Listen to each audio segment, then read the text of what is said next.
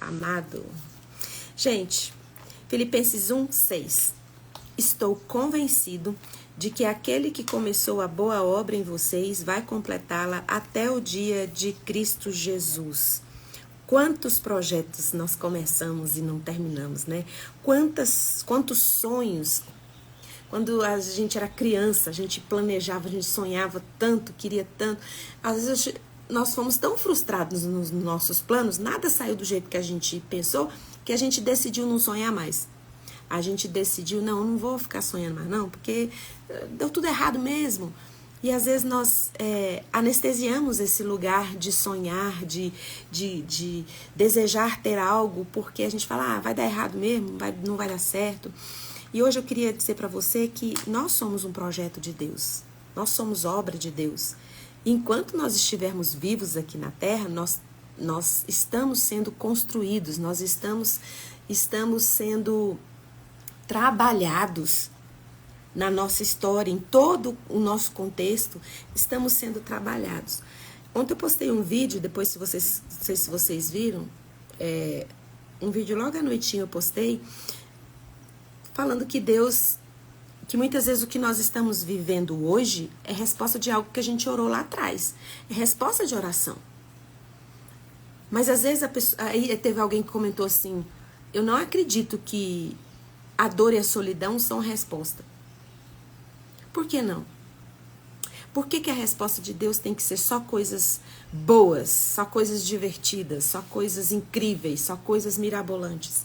Muitas vezes a solidão que você se encontra hoje, a dor que você está nas suas mãos hoje, é resposta sim. Porque tudo que envolve você, envolve trabalho de Deus em você. Deus está trabalhando. E Ele usa sim a solidão, Deus já esteve nesse lugar que você está hoje, Ele já esteve antes. E já preparou este lugar para você estar. O que nos impede de ver como resposta o que estamos vivendo é porque nós temos uma mente muito mirabolante, muito da criativa. Nós não conseguimos olhar o que a gente está vivendo como resposta de Deus. Esses dias até eu estava meio olhando para uma situação que eu estou vivendo, e eu falei, mas Deus, mas não é possível. Até quando vai durar esse negócio? E eu senti Deus falando, isso que você está vivendo é resposta da sua oração. Quantas vezes você pede algo para Deus e aí você acha que deu tudo errado, que está tudo confuso, porque Deus não respondeu do jeito que você queria.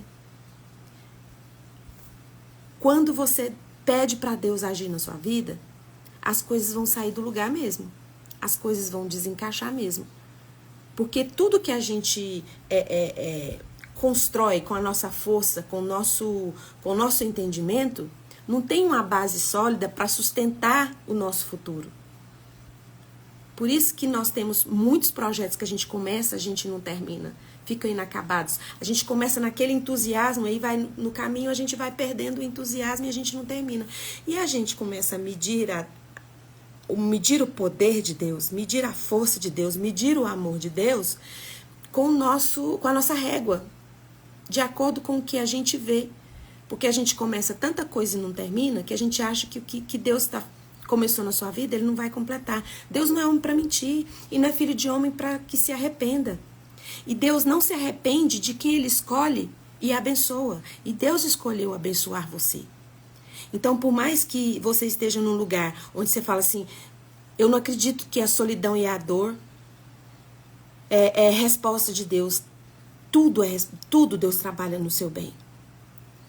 E viver esse tempo na solidão e na dor não quer dizer que você vai morar aí para sempre. É uma temporada, é um tempo que você vai viver aí quando você escolhe olhar, deixar os seus olhos fixos em Jesus. Esse tempo não vai ser um tempo prolongado, porque a chuva, a tempestade, ela cai sobre os crentes e sobre os não crentes. O que vai definir o tempo de permanência dentro dessa tempestade é a sua fé. É no que a sua mente tem se alimentado, é no que a sua mente está fixado os seus olhos. Lá em Hebreus 12, 1 e 2 fala assim, livremo-nos de todo o peso que nos atrapalha e do pecado que nos assedia. Corramos com perseverança a corrida que nos é proposta, tendo os olhos fixos em Jesus, que é o autor e consumador da nossa fé. O que é isso? Nós achamos que a solidão não é resposta de Deus. Eu estou sozinha há tanto tempo. Não é possível que isso é resposta de Deus. É resposta de Deus para a sua vida. É resposta de Deus para a sua vida. Só que você não está sozinho na solidão. Deus está com você na solidão. E os seus olhos têm que ser fixos em Jesus, porque a vida passa rápido. Os anos passam rápido. Aí, estávamos comemorando o Ano Novo há pouco tempo, já vamos comemorar novamente. Porque a vida é uma corrida. Não dá para você cruzar os seus braços, ficar reclamando do que está te acontecendo, porque nada vai parar porque você está só ou porque você está com dor. A vida vai continuar avançando. E se a sua vida você acha, não, eu estou parada nesse lugar. Eu estou parado nesse lugar. É um lugar onde eu não consigo produzir nada. É porque os seus olhos e os seus pensamentos estão parados e fixos no que você não está vendo acontecer. E o que você tem se alimentado não é do Espírito Santo de Deus. Por isso que está parecendo que infértil esse lugar. E o Espírito Santo de Deus, quando a Bíblia diz para nós nos enchermos do Espírito Santo de Deus, diz que é falando entre vós, com salmos e cânticos espirituais. Então, a forma que tem de você se encher da presença do Espírito Santo não é fechado no seu mundo, é se relacionando, porque o Espírito Santo de Deus, ele é o Deus da comunhão. E é na comunhão dos santos que Deus derrama bênçãos. Porque se você se fecha na sua dor, na sua solidão, cruza os seus braços e fala, olha, eu sou só, tô solitário, você precisa decidir se envolver no reino. Você precisa decidir sair deste lugar de solidão e se envolver na comunhão dos santos. Existe um trabalhar de Deus, um processo de Deus de cura para você que não está em você. Não está aí nesse lugar que você está no outro. Porque nós fomos criados para alcançar o outro. E o outro foi criado para alcançar você. Então, quando você está cheio da presença de Deus e os seus pensamentos, que são tão criativos, que pode lançar você tanto no abismo como num topo de emoções, esse lugar aí pode ser construído pelo Espírito Santo de Deus um oásis, um lugar de prazer, um lugar, eu vou ter prazer na dor, você não vai ter prazer na dor, você vai ter prazer na espera, porque os seus olhos vão estar fixos em Jesus, que é o autor e é o consumador da sua fé. Lá em Judas 1:24 fala assim, aquele que é poderoso para impedi-los de cair e para apresentá-los diante da sua glória sem defeitos à sua gloriosa presença. Por que a tribulação pesa tanto? Por que a nossa angústia e ansiedade, os nossos problemas, eles pesam tanto? Porque nós estamos carregando e puxando nos nossos ombros todo o peso.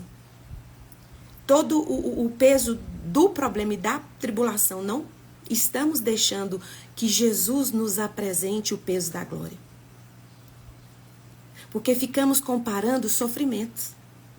Ficamos olhando para a vida dos outros e achando que a vida do outro é melhor que a minha. Eu nasci para sofrer mesmo. Eu já estou acostumado. Sabia que eu ia ficar sozinho nessa situação. Você não está sozinho. Existe um poder sobrenatural no nome de Jesus que você ainda não usou. Até agora você tem usado sua força. Está na hora de você usar toda a força que é disponível para você. E a força de Deus está disponível para você. E a força que está disponível para você é a força que ressuscitou Jesus dos mortos. É o mesmo poder. Então não é pouca coisa. E se você está nesse lugar onde você acha que não é resposta de Deus, é resposta de Deus sim. Você tem que deixar a sua mente fixa em Jesus, porque é Ele quem nos apresenta para a glória de Deus puros, sem pecados, porque aquele que é poderoso para impedi-los de cair. Somente Jesus, através da pessoa do Espírito Santo, é capaz de nos impedir de cair. Quantas vezes você já levantou super bem? Tava ótimo. Passou dali 15 minutos, você já caiu numa depressão, já caiu numa tristeza sem fim. Porque você deixou os seus pensamentos ruins, os seus pensamentos maus. Por causa de um pensamento, todo o seu dia fica comprometido. E você fica distante do peso da glória de Deus. E Paulo fala que a nossa leve e momentânea tribulação não se compara ao peso da glória. Jesus, o Cristo de Nazaré, aquele que é poderoso, Judas 1,24, que é poderoso para impedi-los de cair. Somente cheios da presença do Espírito Santo de Deus, a presença de Jesus em nós, através do Espírito Santo, nos impede de cair, de ficar caídos. Igual eu estava dizendo antes, a tempestade, esse calor, por exemplo, esse calor imenso que está, esse calor ele está sobre os crentes e sobre os não crentes. O dia mau ele chega sobre o crente e chega sobre o não crente, sobre o não crente. Mas somente quem é filho de Deus, ele consegue ver o agir de Deus transformando todo mal em bem. Romanos 8:28. As mesmas dores, os mesmos sofrimentos, o mesmo caos atinge todo mundo. Atinge todas as pessoas.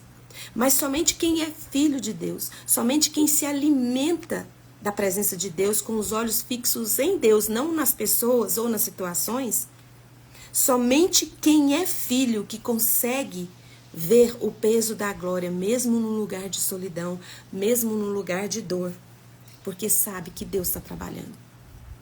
Enquanto Deus está trabalhando, você não está parado numa sala de espera, esperando sua bênção chegar.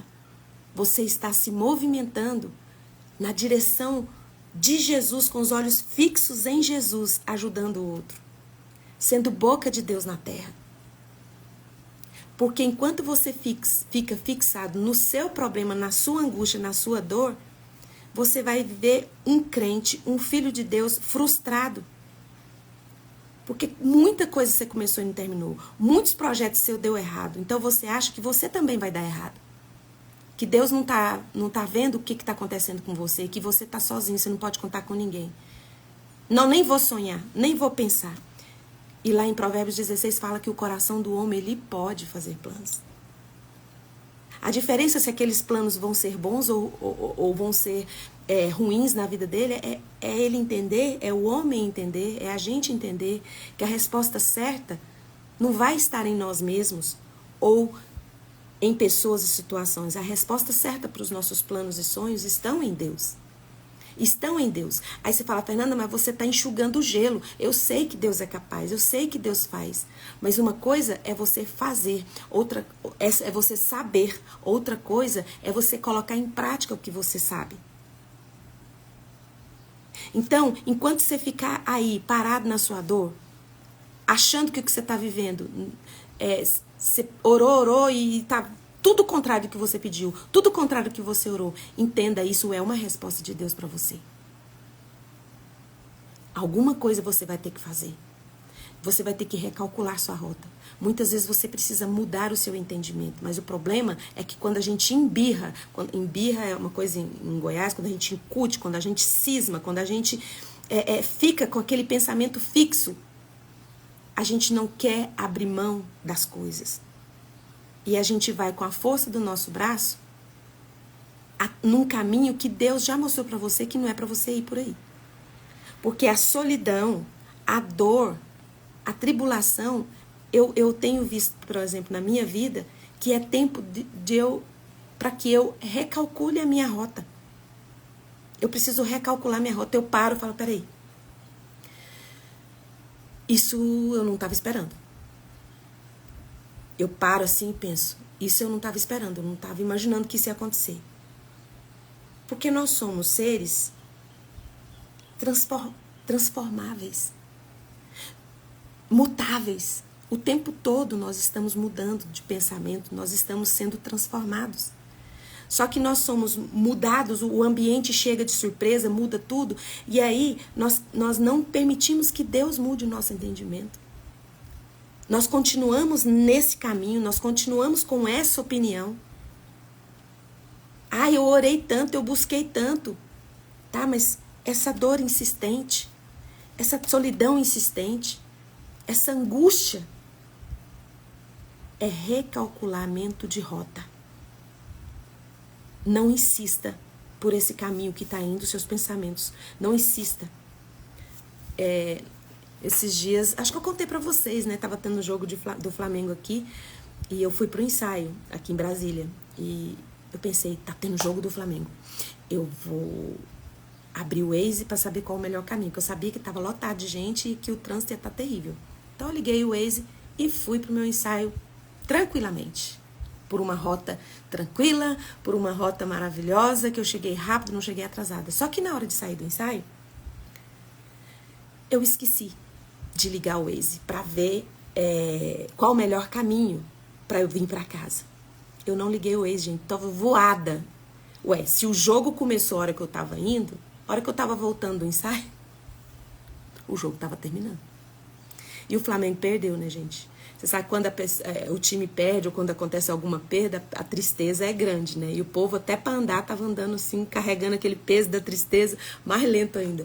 Então eu demorei para chegar quase 2 horas para chegar em casa, um trajeto que eu poderia fazer no máximo em 25 minutos. Então, olha bem, é resposta de Deus o que você está vivendo hoje. Talvez você não acredite que o que você esteja vivendo hoje é resposta de uma oração que você fez lá atrás. Porque a oração que você fez lá atrás... Aconteceu com você, né, Lurdinha? A oração que você fez lá atrás, você esperava estar vivendo algo incrível hoje. Só que às vezes a resposta das nossas orações, do que nós pedimos para Deus, ela traz mesmo solidão. Pessoas que caminharam com você vão deixar de andar com você. Você fala, não é possível que isso é a resposta de Deus. Recalcule sua rota. Recalcule o seu entendimento. Você não é um ponto final. Você não é alguém que tem essa coisa limitada. Enche o seu coração de sonhos, para ele ser cheio dos sonhos de Deus, para que você não se frustre como você frustrou. Você enche o seu coração dos sonhos de Deus, como? Falando entre vós, enchei-vos do Espírito. Não fala enche você do Espírito. É enchei-vos do Espírito. Você vai encher o outro da presença do Espírito. E o outro vai encher você da presença do Espírito Santo. A presença do Espírito Santo é o melhor GPS que eu e você poderíamos ter. É o melhor recalculador de rota que nós poderíamos ter. Porque quando vem a dor, quando vem a solidão, quando vem a tempestade que cai sobre você e sobre quem não conhece a Deus, a sua reação não vai ser igual àquele que não conhece a Deus. A sua reação vai ser: eu sei que o Senhor está trabalhando no meu bem. Eu sei que o Senhor, estou convencido, como Paulo falou, que o Senhor começou algo extraordinário na minha vida. Eu sou o seu projeto. E eu sei que o Senhor, tudo que o Senhor começou em mim, o Senhor vai completar. E você vai ter plenitude da alegria, da paz, da bondade, benignidade, da alegria e da paz que o Espírito Santo vai te dar no meio do caos, no meio da dor, no meio da luta, no meio da guerra. Enquanto o outro ali está arrastando a sua dor e só fala em dor, você está enchendo o outro do Espírito Santo. E o outro vai encher. Então você não pode ficar isolado, não se isole. Encha os outros do Espírito Santo. O que ele tem derramado, derrame. Mas se você é alguém que dá permissão para os seus pensamentos rolarem soltos sobre a sua dor, nós somos muito criativos, gente. Nós somos muito criativos.